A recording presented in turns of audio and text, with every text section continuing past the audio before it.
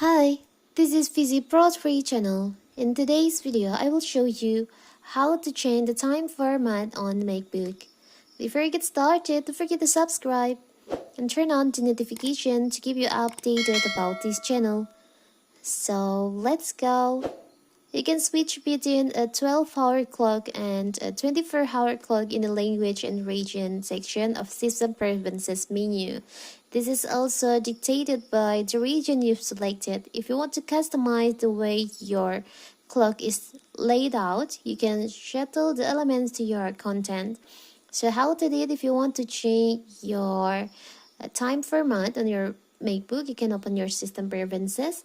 Now you can go to language and region. In here, in general section, there is an option time format.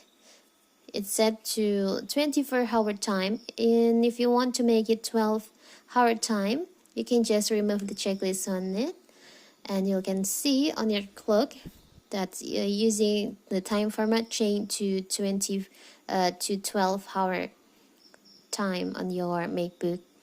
In here, you can also change your region. It's a simple, right? So that is how to change the time format on Macbook. Don't forget to like and subscribe and turn on the notification to keep you updated about this channel. Thank you and see you!